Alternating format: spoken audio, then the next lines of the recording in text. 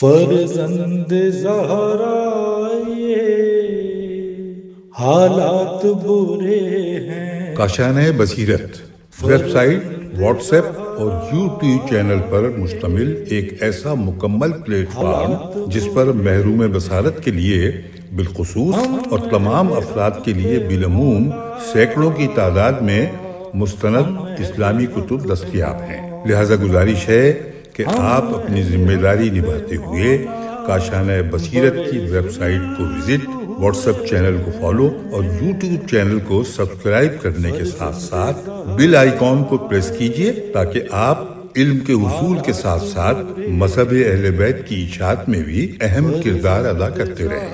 کاشانۂ بصیرت۔ حالات برے ہیں۔ بسم اللہ الرحمن الرحیم۔ کتاب میزان الحکمت کی جلد نمبر 7 ہے، صفحہ نمبر 629 پر ہم پہنچ گئے ہیں، اور آپ سب کو یہ بتاتی چلوں کہ یہ کتاب کاشانۂ بصیرت کے پلیٹ فارم سے آپ سب لوگوں کے لیے ریکارڈ کی جا رہی ہے، اور میرا نام سیدہ راحہ کاظمی ہے۔ آئیں فصل نمبر 12 کا مطالعہ کرتے ہیں۔ عنوان ہے فرصت۔ فرصت کا جو نمبر شمار ہے وہ ہے 3186۔ اس سلسلے میں حدیث ہے 15786 پہ، فرصت کو غنیمت جانو کیونکہ فرصت بادل کی تیزی کے ساتھ گزر جاتی ہے۔ حضرت علی علیہ السلام کی غرر الحکم کی یہ حدیث ہے۔ 15887 پہ جو حدیث ہے، فرصت بادل جیسی تیزی سے گزر جاتی ہے، لہٰذا بہترین فرصت کو غنیمت جانو اور اس سے فائدہ اٹھاؤ۔ حضرت علی علیہ السلام بحار الانوار کی جلد نمبر 71 ہے اور صفحہ نمبر 337 ہے، اور نہج البلاغہ حکمت نمبر 21 ہے۔ 15788 پہ حدیث ہے، فرصت جلد ہاتھ سے نکل جاتی ہے اور دیر سے واپس آتی ہے۔ حضرت علی علیہ السلام غرر الحکم۔ 15789 پہ جو حدیث ہے مختصر سی، فرصت ایک جھپٹ ہے جو جلد ختم ہو جاتی ہے اور دیر سے واپس آتی ہے۔ حضرت علی علیہ السلام بحار الانوار کی جلد نمبر 78 ہے اور صفحہ نمبر 79 ہے۔ 15790 پہ فرصت غنیمت یعنی مناسب موقع ہے۔ حضرت علی علیہ السلام غرر الحکم۔ 3187 پر جو موضوع ہے، اب ورنہ پھر کبھی نہیں۔ 15791 پر حدیث کا ترجمہ، لوگوں جو نیک اعمال کرنا ہے ابھی اور اسی وقت کر لو، قبل اس کے کہ تمہیں پشیمان ہونا پڑے اور کوئی شخص کہنے لگے ہائے افسوس میری کوتاہی پر جو میں نے خدا کی بارگاہ کا تقرب حاصل کرنے میں کی، اور میں تو بس ان باتوں پر ہنستا ہی رہا۔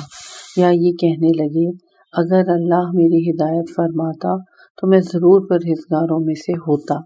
یا جب عذاب کو آتے دیکھے تو کہنے لگے کاش مجھے دنیا میں پھر دوبارہ جانا ملے تو میں نیکوکاروں میں سے ہو جاؤں۔ حضرت علی علیہ السلام غرر الحکم، بحار الانوار کی جلد نمبر 77 ہے اور صفحہ نمبر ہے 375۔ 15792 پہ، اے فرزند آدم علیہ السلام، جب سے تو اپنی ماں کے پیٹ سے باہر آیا ہے عمر کے سقوط کی طرف جا رہا ہے، لہذا تجھے چاہیے کہ جو کچھ تیرے سامنے ہے اسے اپنے آئندہ کے لیے حاصل کر لے، اس لیے کہ مومن اس دنیا میں آخرت کے لیے زیادہ راہ حاصل کرتا ہے اور کافر اس میں مزے اڑاتا ہے۔ حضرت امام حسن علیہ السلام بحار الانوار کی جلد نمبر 78 ہے اور صفحہ نمبر 113 ہے۔ قول مؤلف ملاحظہ و مراقبہ، باب ہے گزشتہ کل باعث نصیحت ہے، آج کا دن غنیمت ہے اور آنے والے دن کو تو نہیں جانتا۔ نیز عمر میں جو باب ہے وہ ہے عمر کو غنیمت جانو۔ 3188 پہ فرصت کو غنیمت جانو، حدیث 15793، فرصت کو غنیمت جانو قبل اس کے کہ وہ رنج و اندوہ کا سبب بن جائے۔ حضرت علی علیہ السلام بحار الانوار کی جلد نمبر 71 ہے، صفحہ نمبر 341 ہے، شرح ابن ابی الحدید جلد نمبر 16 اور صفحہ نمبر 97 ہے، بحار الانوار کی جلد نمبر 77 صفحہ نمبر 208 اور نہج البلاغہ کی وصیت نمبر 31 ہے۔ 15794 پہ جو حدیث ہے اس کا ترجمہ، فرصت کے امکان کو مقصود کے حاصل کرنے کا بہترین موقع جانو، اور جسمانی صحت کے ساتھ فرصت کے ایام سے بڑھ کر اور کوئی انسانی موقع نہیں ہوتا۔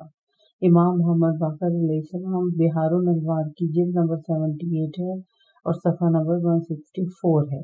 15795 پہ جو حدیث ہے اس کا ترجمہ پیش ہے۔ خدا کی قسم، تمہاری دنیا کا جو حصہ اس وقت تک گزر چکا ہے میری اس چادر کے ایک کونے کے برابر بھی نہیں ہے جو باقی رہ گیا ہے۔ وہ گزشتہ سے ملتا جلتا ہے، بالکل ایسے ہی جیسے ایک پانی دوسرے پانی سے ملتا جلتا ہے، اور ہر ایک بقا و زوال کے قریب ہوتا جا رہا ہے۔ لہٰذا جب تک تمہیں سانسوں کی مہلت ملی ہوئی ہے اور زندگی کی تازگی حاصل ہے، اعمال صالح بجا لانے کے موقع کو غنیمت جانو، قبل اس کے کہ رنج و اندوہ کا شکار ہو جاؤ کہ اس وقت پشیمانی بے سود ہے۔ حضرت رسول اکرم صلی اللہ علیہ وآلہ وسلم بہار الانوار کی جلد نمبر 77 ہے اور صفحہ نمبر 184 ہے۔ 3189 پر موضوع ہے فرصت کو ضائع کرنا رنج و اندوہ کا سبب ہوتا ہے۔ 15796 پر اس سلسلے کی حدیث ہے، جس کے لیے خیر یعنی بہتری کا دروازہ کھل جائے اسے چاہیے کہ اس سے فائدہ اٹھائے، کیونکہ اسے معلوم نہیں کہ یہ دروازہ کب بند ہوگا۔ حضرت رسول اکرم صلی اللہ علیہ وآلہ وسلم کنز العمال کی حدیث ہے 43134۔ اسی موضوع کی اگلی حدیث 15797 پہ جو شخص جلد حاصل ہونے والی فرصت کو انتہا تک پہنچنے کے لیے تاخیر میں ڈال دے تو زمانہ اس سے یہ فرصت سلب کر لے گا، کیونکہ زمانے کا کام فرصت کو سلب کرنا ہے اور اس کا طریقہ فرصت کو ضائع کر دینا ہوتا ہے۔ حضرت امام جعفر صادق علیہ السلام کی بہار الانوار کی جلد نمبر 78 ہے اور صفحہ نمبر 268 ہے۔ 15798 پر جو حدیث ہے اس کا ترجمہ ہے فرصت کو شرک کرنا رنج و اندوہ کا موجب ہے۔ حضرت امام جعفر صادق علیہ السلام بہار الانوار کی جلد نمبر 77 ہے اور صفحہ نمبر 165 ہے۔ 15799 پہ فرصت کو ضائع کرنا رنج و اندوہ کا سبب ہے۔ حضرت علی علیہ السلام نہج البلاغہ حکمت نمبر ہے 118۔ 15800 پہ جو حدیث ہے اس کا ترجمہ ہے جو فرصت کو اگلے وقت تک مؤخر کر دیتا ہے اسے یہ بات بھی وثوق سے جان لینی چاہیے کہ فرصت ہاتھ سے نکل جاتی ہے۔ حضرت علی علیہ السلام غرر الحکم۔ اگلی حدیث بھی حضرت علی علیہ السلام کی غرر الحکم سے لی گئی ہے 15801۔ جب بھی موقع ملے اس سے فائدہ اٹھاؤ، کیونکہ موقع کا ہاتھ سے نکل جانا رنج و غم کا باعث ہوتا ہے۔ حضرت علی علیہ السلام غرر الحکم۔ 15802 پر جو حدیث ہے اس کا ترجمہ ہے کہ جب موقع ملے اس سے فائدہ اٹھاؤ قبل اس کے کہ وہ رنج و اندوہ کا سبب بن جائے۔ حضرت علی علیہ السلام غرر الحکم۔ 15803 پر سخت ترین رنج و اندوہ کا موجب موقع کا ضائع کر دینا ہے۔ حضرت علی علیہ السلام غرر الحکم۔ 15804 پہ افضل ترین رائے اس وقت تک ہوتی ہے جب تک فرصت ہاتھ سے نکلنے نہ پائے اور رنج و اندوہ کا سبب نہ بنے۔ حضرت علی علیہ السلام غرر الحکم۔ 15805 پر جو حدیث ہے اس کا ترجمہ ہے کہ جو شخص موقع سے فوراً فائدہ اٹھا لیتا ہے وہ رنج و اندوہ سے محفوظ رہتا ہے۔ حضرت علی علیہ السلام غرر الحکم۔ اگلی حدیث بھی حضرت علی کی غرر الحکم سے لی گئی ہے 15806 پہ جو شخص فرصت سے فائدہ اٹھاتا ہے وہ رنج و غم سے بچا رہتا ہے۔ 15807 پہ مصیبت کی تکالیف پر صبر کرنا فرصت کے حصول تک پہنچا دیتا ہے۔ حضرت علی علیہ السلام کی غرر الحکم۔ 15808 پہ تمام امور اپنے اوقات کے مرہون منت ہیں۔ حضرت علی علیہ السلام بہار الانوار کی جلد نمبر 71 ہے اور صفحہ نمبر 337 ہے۔ 15809 پہ جو حدیث ہے اس کا ترجمہ ہے امکان پیدا ہونے سے پہلے کسی کام میں جلدی کرنا اور موقع آنے پر دیر کرنا دونوں حماقت میں داخل ہیں۔ حضرت علی علیہ السلام کی نہج البلاغہ کی حکمت نمبر 363۔ اب ہم پہنچ گئے میزان الحکمت کی جلد نمبر 7 پہ صفحہ نمبر 634 پہ اور پارٹ نمبر 35 ہے۔ فصل نمبر 13 اور اس کا عنوان ہے فرائض۔ 3190 پہ موضوع ہے فرائض کی ادائیگی، اور قرآن مجید کی سورہ توبہ کی آیت نمبر 60 سے اس کا آغاز ہو رہا ہے۔ یہ حقوق اللہ کی طرف سے مقرر کیے گئے ہیں اور اللہ بڑا واقف غار حکمت والا ہے۔ اس سلسلے میں جو احادیث بیان کی جا رہی ہیں 15810 پہ فرائض کو سامنے رکھو اور انہیں اللہ کے لیے بجا لاؤ کہ یہ تمہیں جنت تک پہنچا دیں۔ حضرت علی علیہ السلام، نہج البلاغہ، خطبہ نمبر 167۔ 15811 پہ خدا کی قسم تمہارا طرز عمل ایسا ہے کہ دیکھنے والے کو شبہ ہونے لگے اور ایسا معلوم ہو کہ رزق کا حاصل کرنا تم پر فرض ہے، جبکہ تمہارا اصل فریضہ یعنی واجبات کا بجا لانا تم سے ساقط ہے۔ حضرت علی علیہ السلام کی نہج البلاغہ ہے، خطبہ نمبر 114 ہے۔ 15812 پر حدیث کا ترجمہ، اللہ تعالیٰ نے چند فرائض تم پر مقرر فرمائے ہیں، انہیں ضائع نہ کرو، تمہارے حدود کار مقرر کر دیے گئے ہیں، ان سے تجاوز نہ کرو۔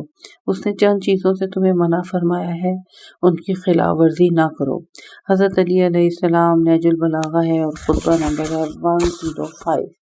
15813 پر حدیث کا ترجمہ، جن چیزوں کی تمہیں طلب و تلاش رہتی ہے ان میں اللہ تعالیٰ کے فرائض کو بھی شامل کر لو، اور جو اللہ نے تم سے چاہا ہے اسے پورا کرنے کی توفیق بھی اسی سے مانگو۔ حضرت علی علیہ السلام، نہج البلاغہ، خطبہ نمبر 103۔ 15814 پر حدیث کا ترجمہ ہے، اپنے نفس کو بہانے کر کر کے عبادت کی راہ پر لاؤ، اس کے ساتھ نرم رویہ رکھو اور دباؤ سے کام نہ لو۔ جب وہ دوسری فکروں سے فارغ اور ہوشیار ہو اس وقت اس سے عبادت کا کام لو، مگر جو واجب عبادتیں ہیں ان کی بات دوسری ہے، انہیں تو بہرحال ادا کرنا اور وقت پر بجا لانا ہی ہے۔ حضرت علی علیہ السلام، نہج البلاغہ، مکتوب نمبر 69 ہے۔ 15815 پہ اسود بن قتیبہ والی لشکر حلوان کے نام امیر المومنین علیہ السلام کے مکتوب سے اقتباس، اور جو کچھ اللہ نے تم پر واجب کیا ہے اسے انہماک سے بجا لاتے رہو، اس کے ثواب کی امید اور سزا کے خوف کو قائم رکھو۔ حضرت علی علیہ السلام، نہج البلاغہ، مکتوب نمبر 59۔ 15816 پر حدیث کا ترجمہ ہے، خداوند عزوجل نے اپنی رحمت و مہربانی سے تم پر فرائض عائد کیے ہیں، اس لیے نہیں کہ اسے ان کی کوئی ضرورت تھی، بلکہ یہ اس کی تم پر مہربانی ہے، اور وہ ایسا معبود ہے جس کے سوا کوئی اور معبود ہے ہی نہیں۔ البتہ اس طرح وہ خبیث کو طیب سے علیحدہ کرتا ہے، تمہارے سینوں میں موجود چیزوں کی آزمائش کرتا ہے اور تمہارے دلوں کی پہچان کرتا ہے۔ حضرت امام حسن علیہ السلام، بحار الانوار کی جلد نمبر 23 اور صفحہ نمبر 100۔ 15817 پہ حدیث کا ترجمہ ہے، خوشا نصیب اس شخص کے لیے جسے اللہ نے فرائض کو پورا کیا، سختی و مصیبت میں صبر کیے رہا اور راتوں کو اپنی آنکھوں کو بیدار کیا۔ حضرت علی علیہ السلام کا نہج البلاغہ، مکتوب نمبر 45۔ 15818 پہ اللہ تعالیٰ کے اس قول، یا ایھا الذین آمنوا اصبروا والصابروا والرابطوا، یعنی اے ایمانداروں، دین کی تکلیفوں کو جھیل جاؤ، دوسروں کو برداشت کی تعلیم دو اور اپنی کمریں کس لو، سورہ آل عمران کی آیت نمبر 200 کے بارے میں فرمایا، صبر کرو فرائض پر، دوسروں کو مصیبتوں پر برداشت کی تعلیم دو اور ائمہ علیہم السلام کے ساتھ رابطے کے لیے کمرے کس لو۔ حضرت امام جعفر صادق علیہ السلام، کافی کی جلد نمبر 2 ہے، صفحہ نمبر 81 ہے، حدیث نمبر 3 اور حدیث نمبر 2 میں صابروں کے بارے میں ذکر نہیں ہے، بحار الانوار کی جلد نمبر 71 اور صفحہ نمبر 195۔ 15819 پہ حدیث، جو شخص اللہ کی طرف سے عائد کردہ فرائض پر عمل کرتا ہے وہ بہترین لوگوں میں سے ہے، امام زین العابدین، کافی کی جلد نمبر 2 صفحہ نمبر 81۔ 1580 پہ حدیث اللہ کے فرائض پر عمل کرو متقی ترین انسان بن جاؤ گے۔ حضرت رسول اکرم صلی اللہ علیہ وآلہ وسلم کافی کی جلد نمبر 2 ہے اور صفحہ نمبر 82 ہے۔ بہار الانوار کی جلد نمبر 71 ہے اور صفحہ نمبر 196 ہے۔ 15821 پر جو حدیث ہے، میرا بندہ میرے نزدیک فرائض کی ادائیگی سے جس قدر محبوب بنتا ہے اتنا کسی اور چیز سے نہیں بنتا۔ امام جعفر صادق علیہ السلام کافی کی جلد نمبر 2 ہے اور صفحہ نمبر 82 ہے۔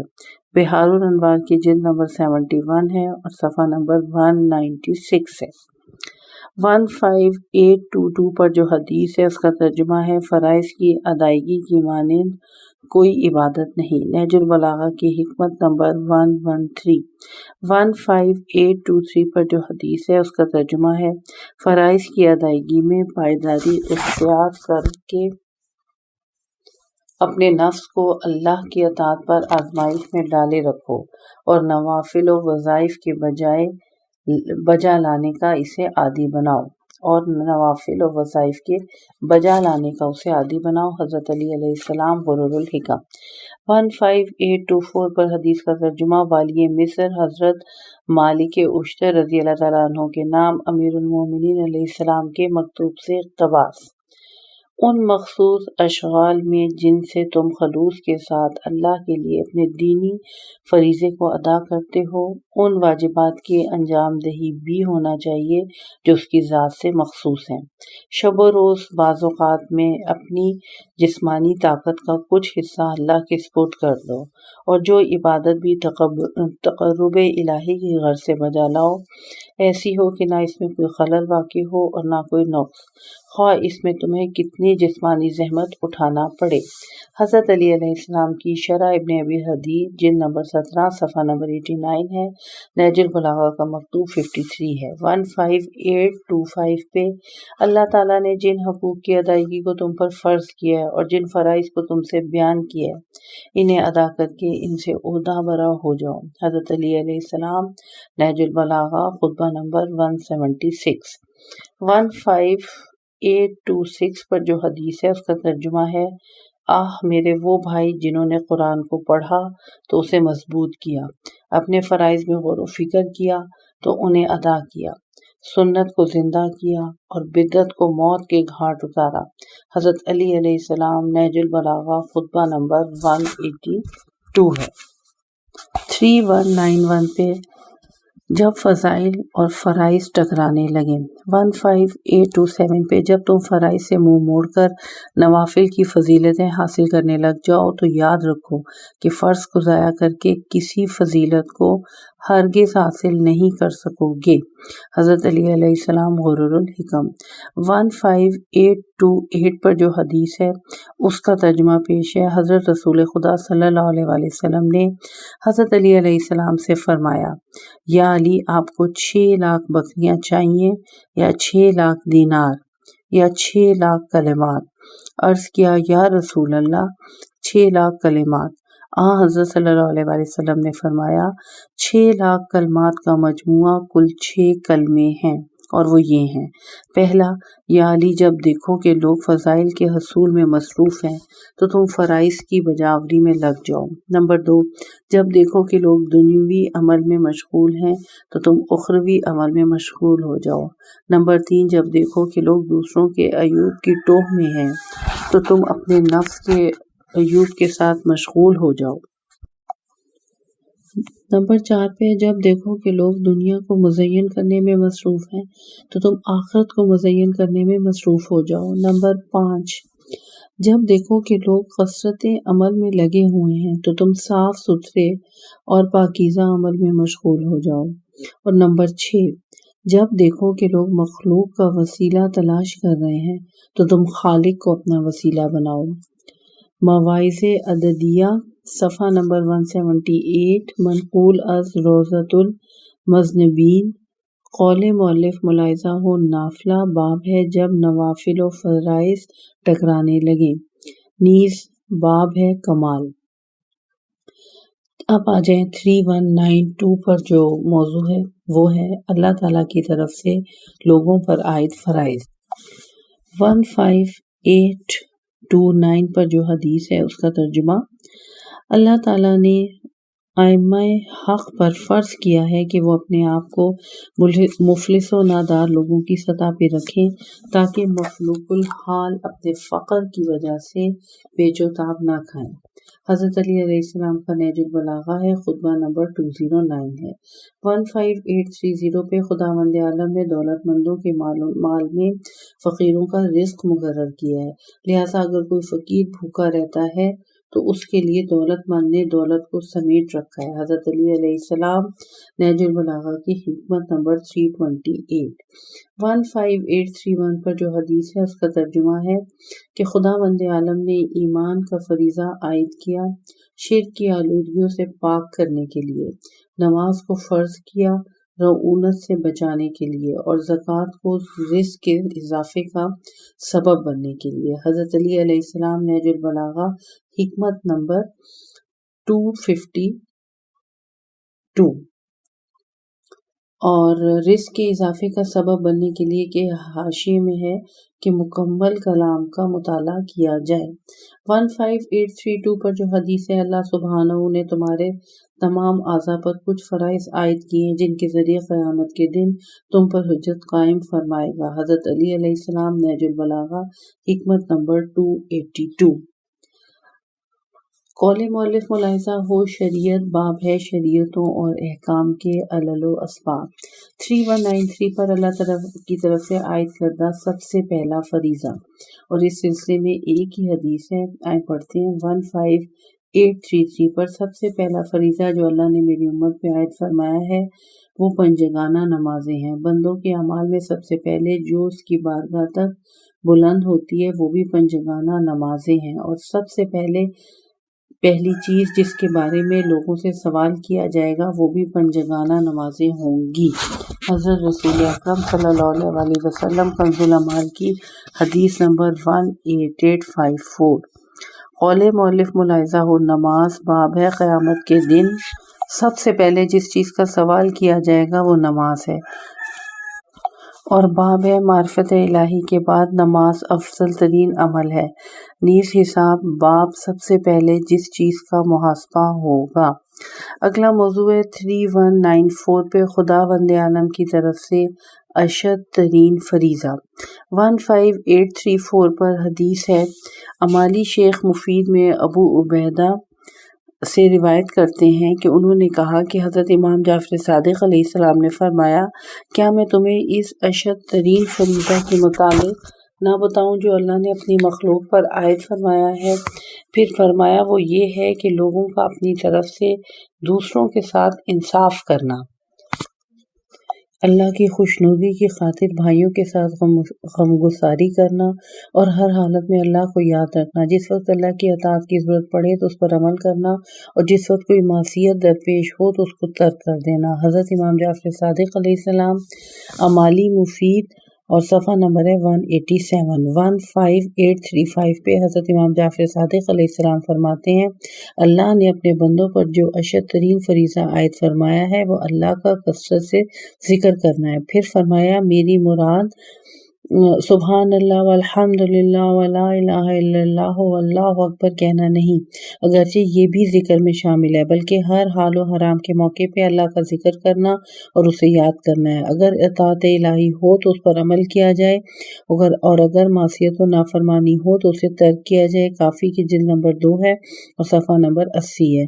15836 پر اس موضوع کی آخری حدیث لوگوں کے ایک دوسرے پر حقوق کی وضاحت کرتے ہوئے فرماتے ہیں کہ سب سے بڑا حق جسے اللہ نے واجب فرمایا ہے حکمران کا رعیت پر اور رعیت کا حکمران پر ہے، کہ اللہ نے والی اور رعیت میں ہر ایک کے لیے فریضہ بنا کر عائد کیا ہے۔ حضرت علی علیہ السلام نہج البلاغہ خطبہ نمبر 216۔ قول مؤلف ملاحظہ ہو عہد حدیث نمبر ہے 14419۔ 3195 پہ جامع ترین فریضہ 15837 پہ جو حدیث ہے اس کا ترجمہ پیش ہے۔ حضرت علی علیہ السلام کے اپنے فرزند جناب محمد بن حنفیہ کو ہدایت سے اقتباس: اے فرزند، جس بات کو نہیں جانتے اس کو کسی سے بیان نہ کرو، بلکہ جو کچھ جانتے ہو وہ بھی سب کی سب بیان نہ کرو، کیونکہ اللہ تبارک و تعالیٰ نے تمہارے تمام اعضاء پر کچھ فرائض عائد کی ہیں جن کے ذریعے قیامت کے دن تم پر حجت لائے گا اور ان کے بارے میں تم سے سوال کرے گا۔ ان اعضاء کو واعظ و نصیحت فرمائی ہے، ڈرایا ہے، ادب سکھایا ہے اور انہیں یوں ہی نہیں چھوڑ دیا۔ چنانچہ خداوند عالم فرماتا ہے کہ یعنی جس چیز کا تمہیں یقین نہ ہو خواہ اس کے پیچھے نہ پڑا کرو، کیونکہ کان، آنکھ اور دل سب کی یقیناً باز پرس ہونا ہے۔ بنی اسرائیل کی آیت نمبر 36۔ نیز یہ بھی فرماتا ہے کہ اپنی زبانوں سے اس کو ایک دوسرے سے بیان کرنے لگے اور اپنے منہ سے ایسی بات کہتے تھے جس کا تمہیں علم و یقین نہ تھا، تم نے اس کو ایک آسان بات سمجھ لیا تھا، حالانکہ وہ اللہ کے نزدیک بڑی سخت بات تھی۔ یہ سورہ نور کی آیت نمبر 15 ہے۔ پھر اللہ تعالیٰ نے ان اعضاء سے اپنی اطاعت کے طور پر ان کی بندگی طلب فرمائی۔ چنانچہ فرماتا ہے سورہ حج کی آیت نمبر 77 میں کہ یعنی اے ایمانداروں، رکوع کرو، سجدے کرو، اپنے پروردگار کی عبادت کرو اور نیکی کرو تاکہ کامیاب ہو جاؤ۔ بس یہ ہے کہ ایسا جامع فریضہ جو تمام اعضاء و جوارح پر واجب ہے۔ من لا یعذر الفقہ کی جلد نمبر 2 تھی اور صفحہ نمبر 381 تھا۔ اگلی حدیث 15838 پر جو چیزیں اللہ تعالیٰ نے اپنی کتاب قرآن مجید میں فرض قرار دی ہیں وہ سب اسلام کے ستون ہیں۔ وہ ستون 5 ہیں اور انہی 5 فریضوں پر اسلام کی بنیاد رکھی گئی ہے۔ اللہ تعالیٰ نے ان میں سے ہر ایک فریضے کی حدود اربع بھی مقرر فرمائی ہے جن سے لا علمی کی معافی کسی کو نہیں ملے گی۔ ان میں سب سے پہلا فریضہ نماز ہے، پھر زکوٰۃ، پھر روزہ، پھر حج اور پھر ولایت ہے، جس ولایت پر تمام فرائض کا دار و مدار ہے اور یہی تمام فرائض اور سنتوں کی جمع ہے۔ امام جعفر صادق علیہ السلام بحار الانوار کی جلد نمبر 68 ہے اور صفحہ نمبر 391 ہے۔ 15839 پر جو حدیث ہے جن فرائض کو اللہ تعالیٰ نے اپنی مخلوق پر فرض کیا ہے وہ 5 سب سے بڑے فریضے ہیں: نماز، زکوٰۃ، حج، روزہ، اور ان 4 بڑے فرائض کا 5واں حصہ ولایت ہے جو ان چاروں کا محافظ ہے۔ حضرت علی علیہ السلام بحار الانوار کی جلد نمبر 68 ہے اور صفحہ نمبر 388 ہے۔ فصل نمبر 14 ہے تفرید۔ 3196 پر جو موضوع ہے تفرید یعنی کوتاہی۔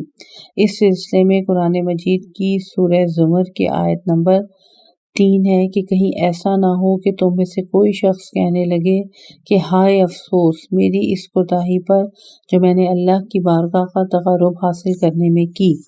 اس سلسلے میں جو حدیث ہے 15840 پہ کوتاہی قدرت رکھنے والے شخص کے لیے مصیبت ہے، حضرت علی علیہ السلام کے غرور الحکم۔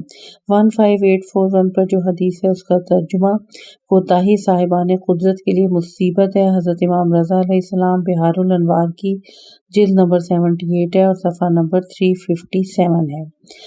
15842 پر جو حدیث ہے دور اندیشی اختیار کر کے کوتاہی کی حسرتوں کو یاد کرو، حضرت امام علی نقی علیہ السلام بحار الانوار کی جلد نمبر 78 ہے اور صفحہ نمبر 370 ہے۔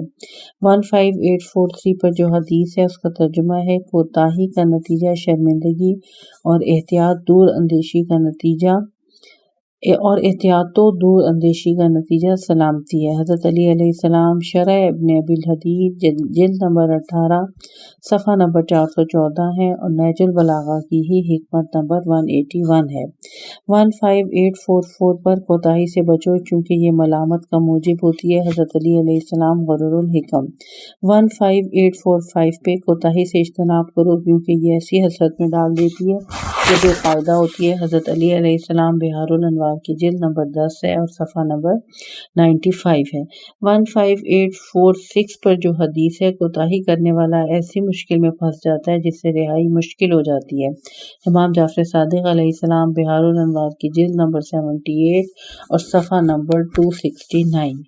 15847 پہ جو حدیث ہے اس کا ترجمہ ہے 3 چیزوں کے بارے میں کوتاہی کرنے والا محروم رہ جائے گا۔ نمبر 1 سخی سے سخاوت طلبی، نمبر 2 عالم کی ہم نشینی، اور نمبر 3 صاحب اقتدار کی دلجوئی۔ امام جعفر صادق علیہ السلام بہار الانوار کی جلد نمبر 78 ہے اور صفحہ نمبر 299 ہے۔ 15848 پر جو حدیث ہے اس کا ترجمہ ہے، جب کاہل و ناکارہ افراد عمل میں کوتاہی کرتے ہیں تو اللہ کی طرف سے عقل مندوں کے لیے ادائے فرض کا بہترین موقع ملتا ہے۔ حضرت علی علیہ السلام نہج البلاغہ حکمت نمبر 331۔ 15849 پہ حدیث کا ترجمہ اہل ذکر کی توصیف میں فرماتے ہیں، اگر ان کے پاکیزہ مقاموں اور پسندیدہ محفلوں میں ان کی تصویر اپنے ذہن میں رکھو، جب وہ اپنے اعمال ناموں کو کھولے ہوں، اپنے نفسوں سے ہر چھوٹے بڑے کام کا محاسبہ کرنے پر آمادہ ہوں، ایسے کام کو جن پر وہ مامور تھے اور انہوں نے کوتاہی کی، یا ایسے کام جن سے انہیں روکا گیا اور ان سے تقصیر ہوئی۔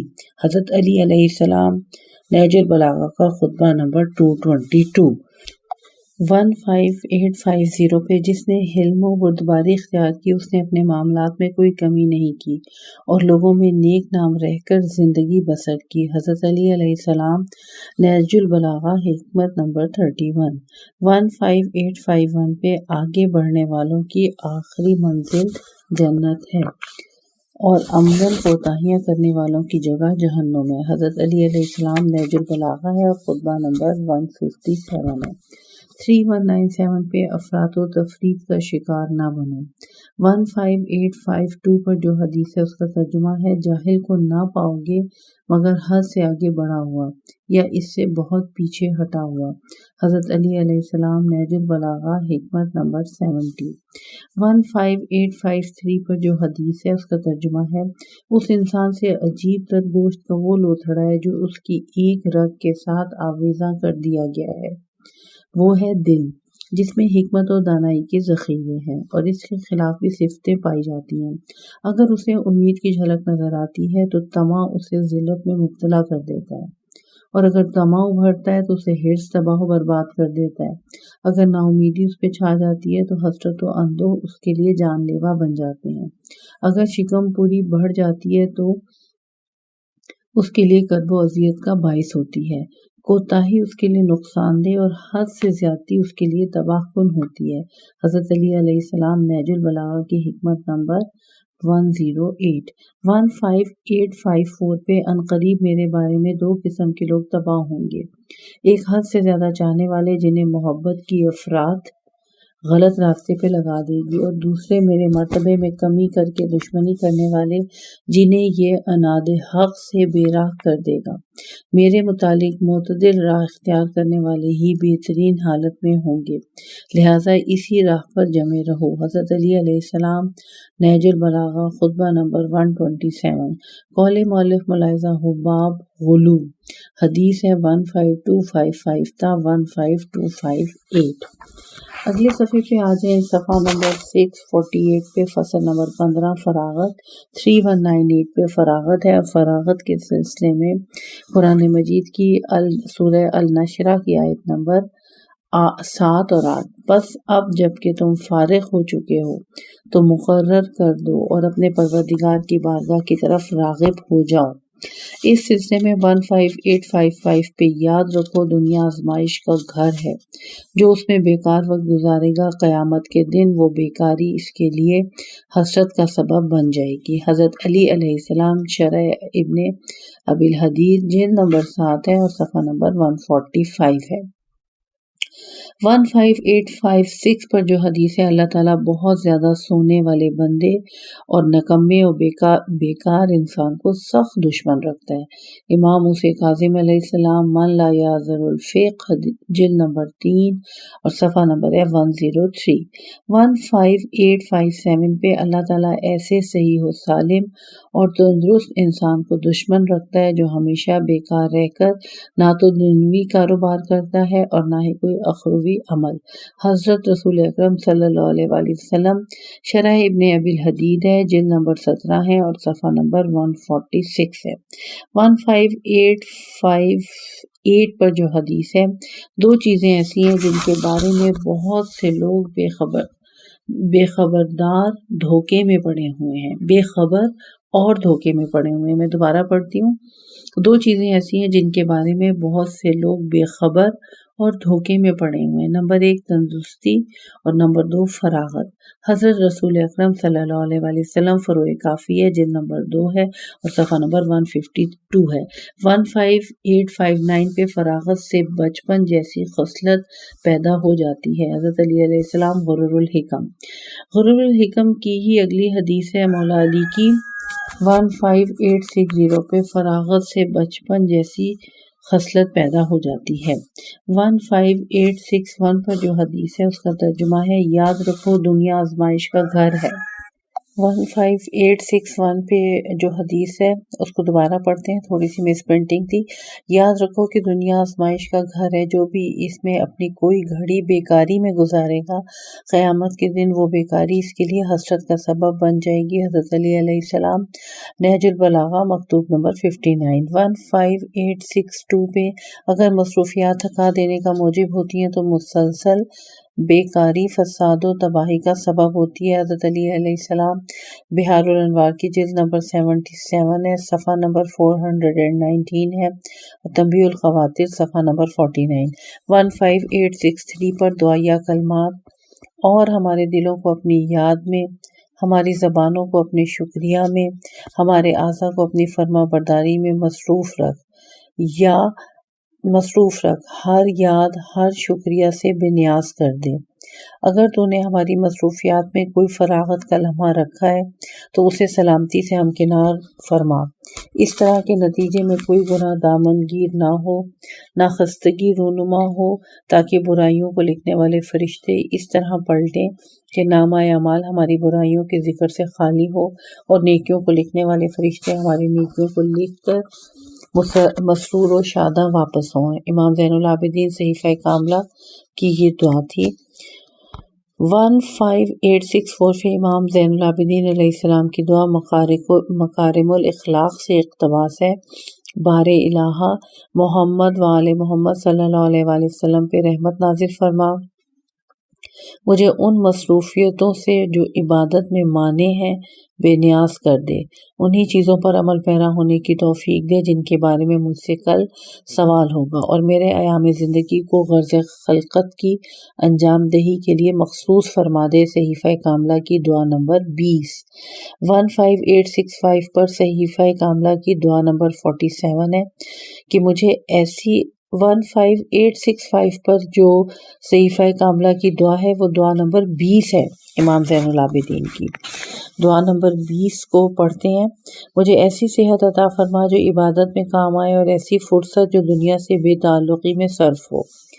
15866 پر صحیفہ کاملہ کی دعا نمبر 47 امام زین العابدین کی دعائے روز عرفہ سے اقتباس، اپنی وسعت و تونگری کی بدولت ایسی فراغت سے روشناس کر جس میں تیرے پسندیدہ کاموں کو بجا لا سکوں، ایسی سے یوں کوشش کی توفیق دے جو تیری بارگاہ میں تقرب کا باعث ہو، اپنے تحفوں میں سے مجھے ہمیشہ نیا تحفہ عطا فرما، میری اخروی تجارت کو نفع بخش اور میری بازگشت کو بے ضرر قرار دے، مجھے اپنے مقام و موقف سے ڈر اور اپنی ملاقات کا مشتاق بنا۔ 15867 پر حضرت علی علیہ السلام کی غرور الحکم کی حدیث ہے جو اس موضوع کی آخری حدیث ہے۔ انسان کے لیے کس قدر شایان شان ہے کہ اس کے پاس اللہ کے ساتھ خلوت کی ایسی گھڑی ہو جس میں اسے کوئی اور چیز اپنی طرف متوجہ نہ کرے۔ قول مؤلف ملاحظہ ہو مراقبہ، باب ہے مراقبہ کرنے والے کے آداب، اور موضوع نمبر 4 ہے، یعنی بریکٹ میں 4 لکھا۔ میزان الحکمت کی جلد نمبر 7 جاری و ساری ہے، صفحہ نمبر 651 تک ہم نے پڑھ لیا ہے، اور پارٹ نمبر 35 تھا یہ جس کا اختتام ہوا ہے۔